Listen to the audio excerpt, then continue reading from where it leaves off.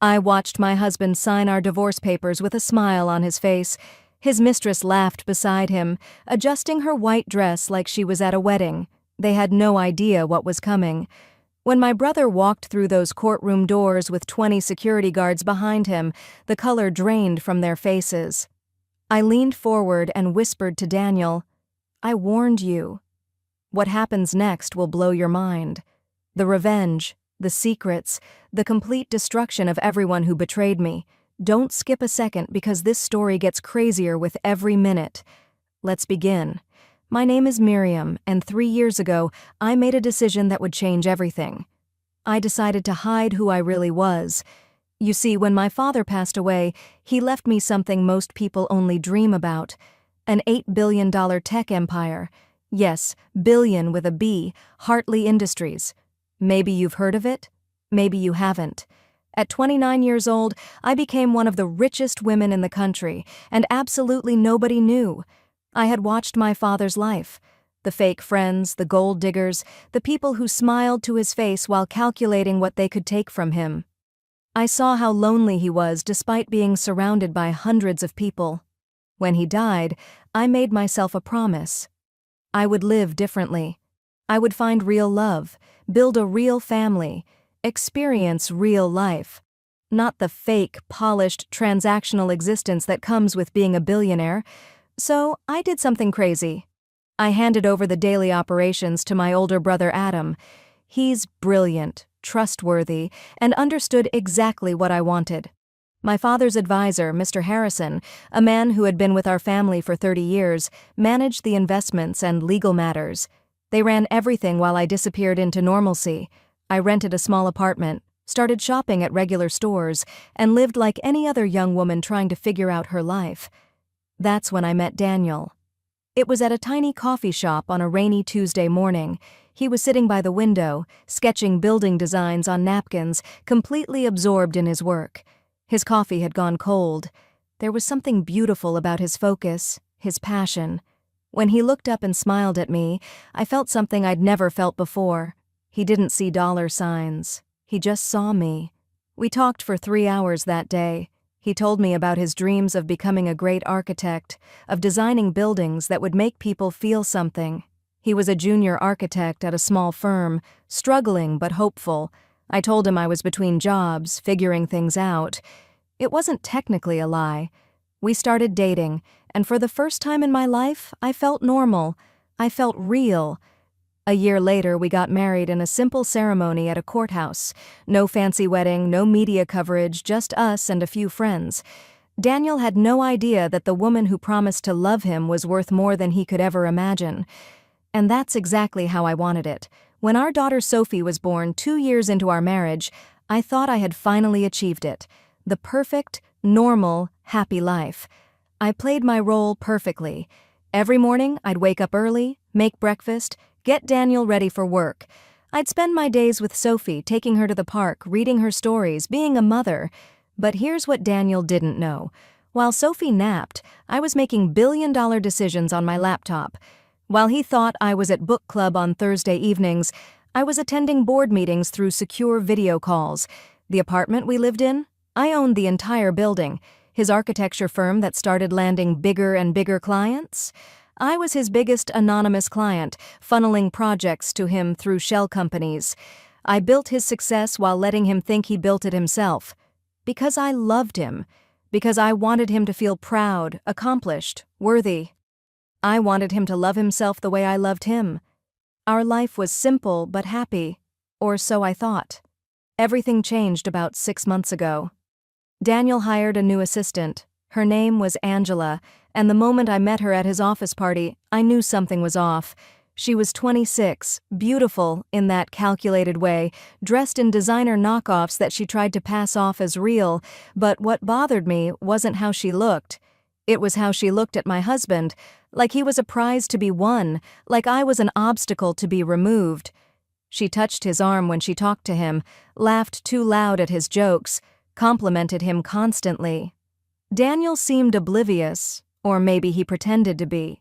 He started staying late at the office. Big project, he'd say. Important client. I'd wait up for him with dinner getting cold on the table while Sophie asked why Daddy wasn't home to read her bedtime story. Then came the phone calls during dinner. The mysterious perfume on his shirts that definitely wasn't mine. The receipts I found in his pockets for expensive restaurants I'd never been to. I'm not stupid. I knew exactly what was happening. But I wanted to be wrong. I wanted to believe in the man I married, the man I'd built everything for. One night, I couldn't take it anymore. Daniel had fallen asleep on the couch after coming home at midnight, claiming he'd been working. His phone was on the coffee table and I picked it up. I knew his password. It was Sophie's birthday. My hands were shaking as I opened his messages, and what I found destroyed me. Hundreds of messages with Angela. I love you. Can't wait until we're finally together. She's so boring, you deserve better. Photos of them kissing in his office, in his car, in hotel rooms. Plans to leave me once he figured out the money situation. Angela's message from just 3 days ago said, "Once you dump the housewife, we can finally live our life. I'm tired of hiding." I sat there in the dark, holding his phone, watching my marriage crumble in text message form. But here's the thing, I didn't cry. Not then. Instead, something cold and calculating took over. The businesswoman in me, the one who'd been hidden for 3 years, woke up. I took screenshots of everything and sent them to myself. Then I deleted the evidence that I'd been in his phone. I had learned from the best. My father always said, "Never react in anger. Plan in silence." The next morning, I confronted him calmly over breakfast. Sophie was still sleeping. I placed my phone on the table showing the messages. "End it," I said simply. Daniel's face went pale, then red, but he didn't apologize. He didn't beg for forgiveness. Instead, he got defensive. Angry even. "You went through my phone?" he shouted. "You know what, Miriam? Yes, I'm seeing Angela, because you're boring. All you do is stay home with Sophie. Angela understands my ambitions. She supports my career. She's exciting." I stood up slowly, looking him directly in the eyes. "Daniel, I'm going to say this once. End this affair. Come back to your family. This is your only warning.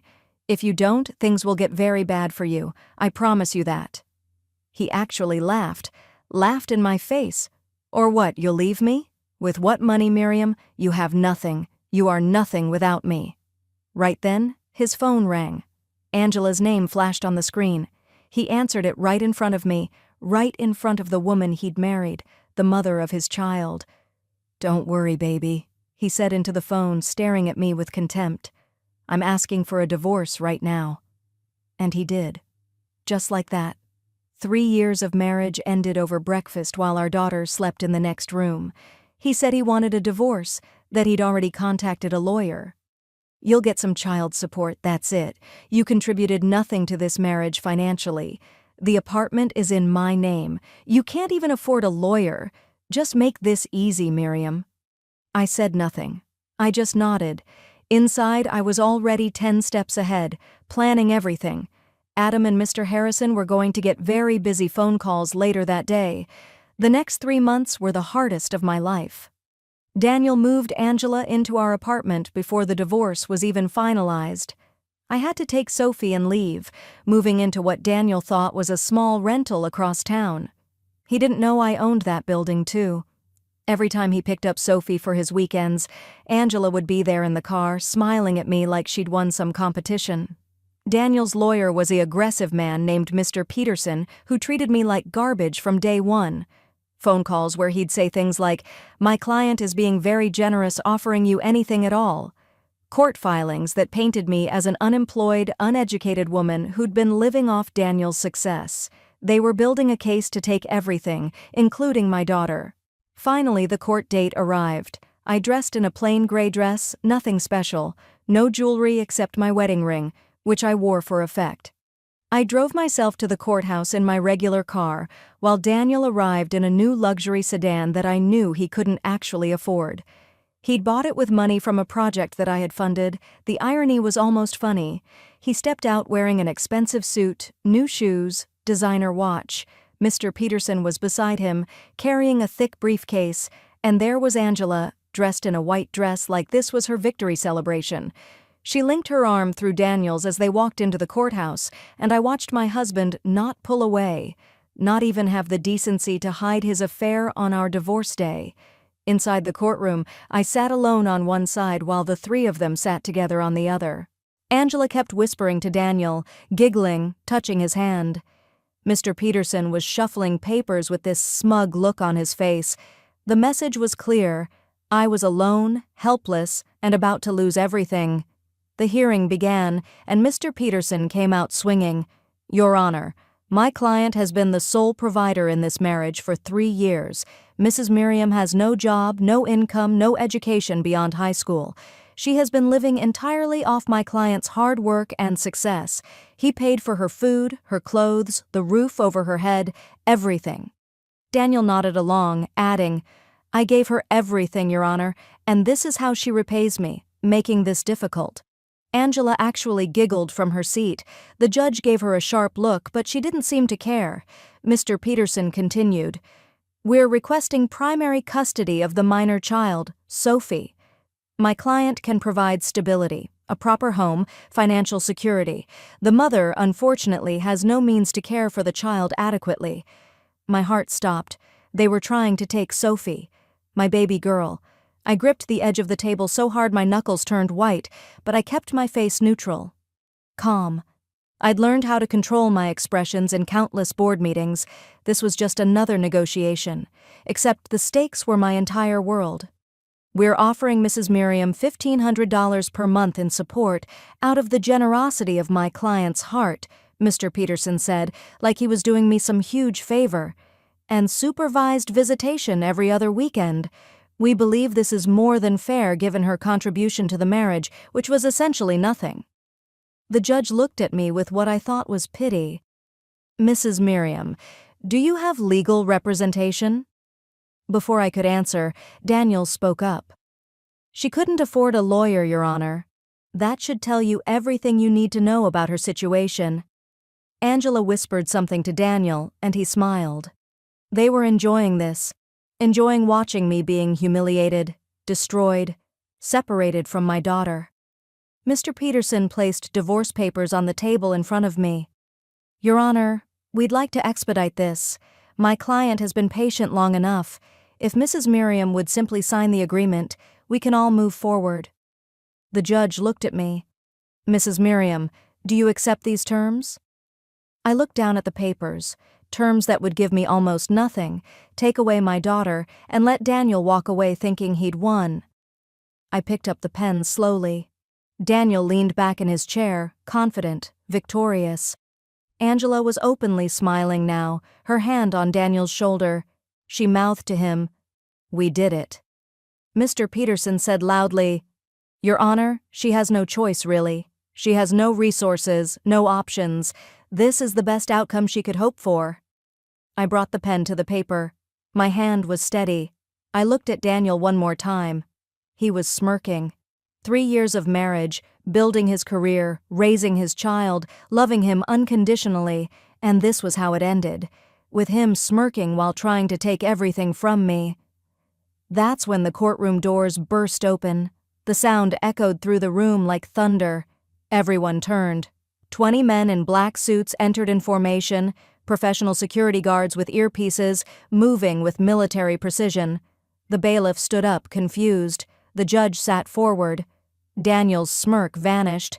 Behind the security detail walked my brother Adam, dressed in an expensive charcoal suit that probably cost more than Daniel's car. Beside him was Mr. Harrison in a perfect 3-piece tan suit, carrying 2 leather briefcases that I knew contained the end of Daniel's world. The energy in the entire courtroom shifted. You could feel the power, the money, the danger rolling off them in waves. Daniel stood up, his face confused. "What's going on? Who are these people?"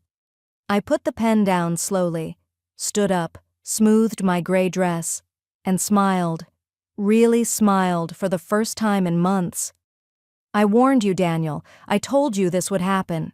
The judge banged his gavel. "Order! Who are you people? This is a closed hearing."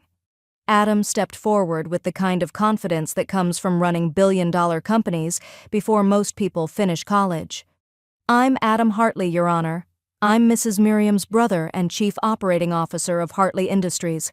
I apologize for the dramatic entrance, but we felt it was necessary given the gross misrepresentation of facts occurring in this courtroom. Mr. Peterson shot up. Your Honor, this is highly irregular. I object to— Mr. Harrison's voice cut through the room like a knife. Calm, measured, absolutely authoritative. I am Theodore Harrison, senior partner at Harrison & Associates. I represent Mrs. Miriam Hartley, and I think you'll find everything we're about to present is entirely regular and legal. He opened his briefcase and placed a document on the judge's bench. Your Honor, Mrs. Miriam Hartley is not, as opposing counsel has stated, an unemployed woman with no resources. She is, in fact, the sole owner and chief executive officer of Hartley Industries, with a current personal net worth of $8.3 billion. The courtroom went completely silent. You could have heard a pin drop.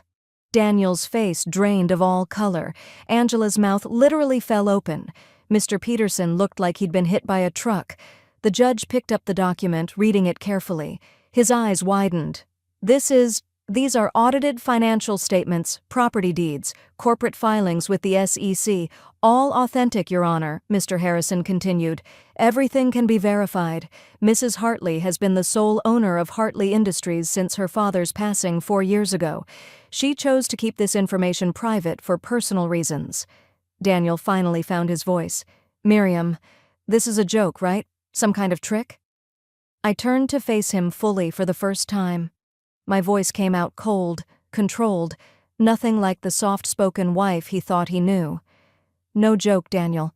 This is who I've always been. You just never bothered to really know me. Adam stepped forward, placing more documents on the table. Let's clarify a few things that were misrepresented here today. The apartment Mr. Daniel claims is his? My sister owns the entire building, has owned it for 6 years. It's one of 47 properties in her real estate portfolio. Daniel sat down heavily, like his legs had given out. Mr. Harrison continued, his voice clinical, destroying them piece by piece. Mr. Daniel's architecture firm, which he believes is successful due to his own merit, has received 87% of its contracts from shell companies owned by Mrs. Hartley. She has been anonymously funding his entire career for 3 years, ensuring he had the success and confidence he needed to thrive. That's not— Daniel tried to speak, but Adam cut him off. We have documentation of every contract, every payment, every project. Your success, Mr. Daniel, was built by the woman you're trying to humiliate in this courtroom. Angela suddenly stood up, grabbing her purse. The judge's voice boomed. Sit down, miss. You're named in the countersuit. She froze. Countersuit? What countersuit? Mr. Harrison smiled, and it wasn't pleasant. Mrs. Hartley is filing a countersuit against both Mr. Daniel and Miss Angela. Mr. Daniel has been systematically stealing from marital assets, specifically from joint accounts funded entirely by Mrs. Hartley. These funds were used to purchase gifts, trips, and other items for Miss Angela. He produced more documents, receipts, bank statements, transaction records, $230,000 on jewelry, $100,000 on trips to Hawaii, Paris, and the Bahamas, $75,000 on a down payment for an apartment he planned to move into with Miss Angela, $25,000 in miscellaneous gifts. Total theft, $430,000. Daniel's lawyer, Mr. Peterson, was frantically flipping through papers. Your Honor, we had no knowledge of— Of course you didn't, Adam interrupted. Because you didn't do your due diligence. You assumed. You saw a quiet woman in a gray dress and decided she was nobody. That was your first mistake. I finally spoke, my voice carrying across the courtroom. Daniel, I gave you everything. A home, a family, a career. I loved you for who you were, not what you had. I wanted you to love me the same way. But you couldn't do that, could you? You threw it away for her. I pointed at Angela, who was crying now, mascara running down her face. I warned you that morning. I told you to end it, told you things would get bad if you didn't. You laughed at me, called me nothing. Well, Daniel, here's what nothing looks like. Mr. Harrison laid out our terms. Mrs. Hartley is demanding full custody of Sophie, with Mr. Daniel receiving supervised visitation once per month, pending psychological evaluation. She is demanding immediate repayment of the $430,000 stolen, plus $500,000 in damages for emotional distress. She is demanding Mr. Daniel vacate her property within 30 days. Additionally, Adam said, and this was the part I'd been waiting for, effective immediately, all Hartley-funded contracts with Mr. Daniel's architecture firm are terminated. That represents 87% of his current business. We estimate he'll be forced into bankruptcy within 60 days. Daniel's face went from white to red. He stood up, shouting, "You can't do this! You can't destroy my business, that's my livelihood!" "It's private business, Mr. Daniel," Mr. Harrison said calmly. "We can terminate contracts at will. You should have read the fine print." "Miriam, please," Daniel's voice cracked. "Think about Sophie. She needs her father." I looked at him. This man I'd loved. This man I'd built up. This man who'd betrayed me in the worst possible way. "I am thinking about Sophie. That's why I'm doing this. She deserves better than a father who abandons his family for his assistant. Better than a father who steals from her mother. Better than a father who would try to take her away out of pure spite." Angela was sobbing loudly now. "Daniel, do something. You said she was just a housewife. You said we'd be together."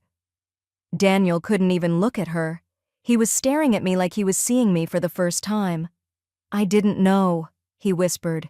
"Miriam, I swear, I didn't know who you were."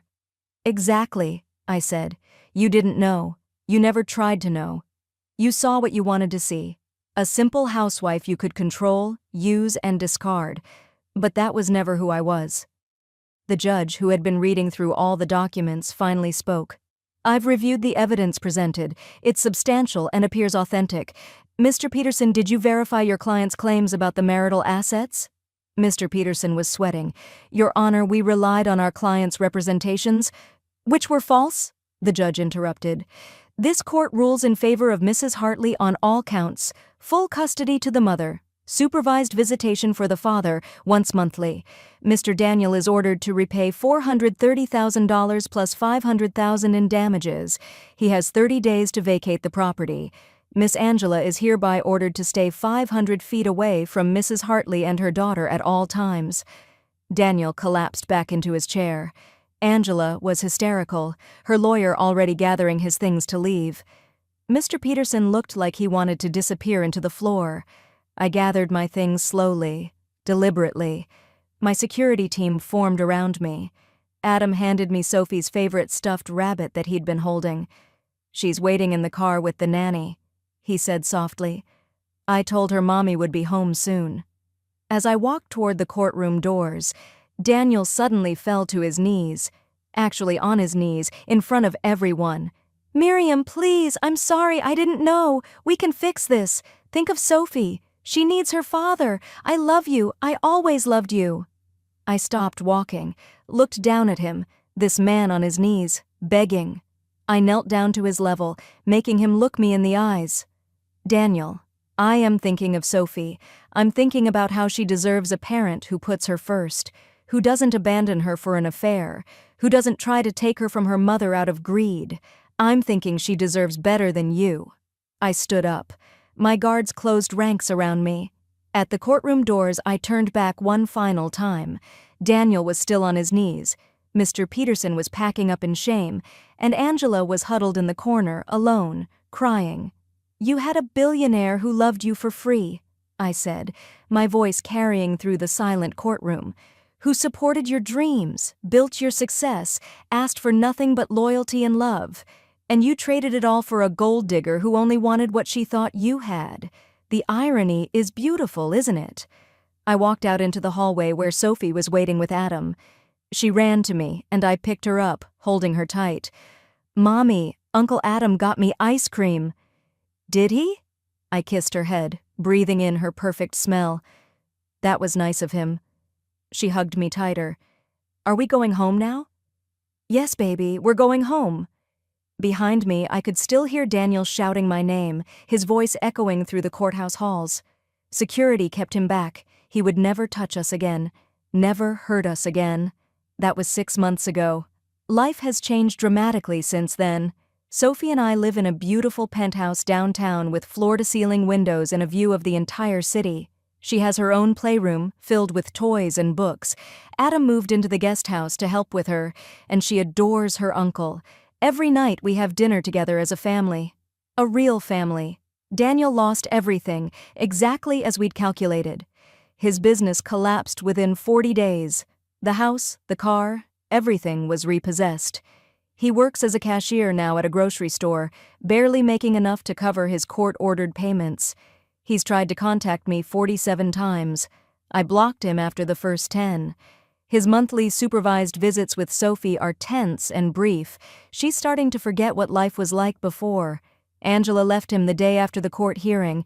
I found out later she'd already moved on to her next target, some other ambitious man she thought had money. She and Daniel deserve each other, honestly. Mr. Peterson was disbarred for misconduct and failure to perform due diligence. Turns out he'd cut corners with other clients, too. Our case was just the one that finally caught up with him.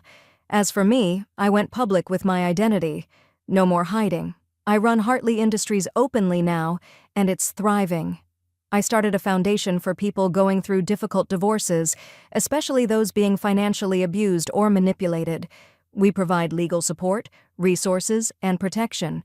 Every week, I get letters from people thanking me for my story, for showing them they're not powerless. Sophie is thriving. She's happy, healthy, surrounded by love. She goes to an excellent school, has wonderful friends, and is growing into a strong, confident little girl. Sometimes she asks about her father, but less and less as time goes on. I never speak badly about him to her. That's not my place. When she's older, she'll understand what happened. For now, she just knows she's safe, loved, and home. People often ask me if I regret hiding my identity from Daniel, if I wish I'd told him from the beginning. The answer is no. Because if I had, I would never have known the truth. I would never have known that he loved my money more than he loved me. I would have spent my whole life wondering if he was real or just another gold digger with a better mask. This way, I know, he loved me when he thought I was nobody, and he betrayed me when he thought I was powerless. That tells me everything I needed to know about who he really was. They thought I was weak because I was quiet. They thought I was poor because I was humble. They forgot something important. The most dangerous person in the room is the one who has nothing left to lose, except I had everything to lose. My daughter, my dignity, my life. And that's exactly why I won. So what would you have done in my position? Drop your thoughts in the comments below. If this story gave you chills, hit that like button and subscribe for more jaw-dropping true stories. Share this with anyone who needs to remember their worth, who needs to know that being underestimated can be the greatest advantage of all. Thank you for watching, and remember, karma is real. And sometimes, she's a billionaire.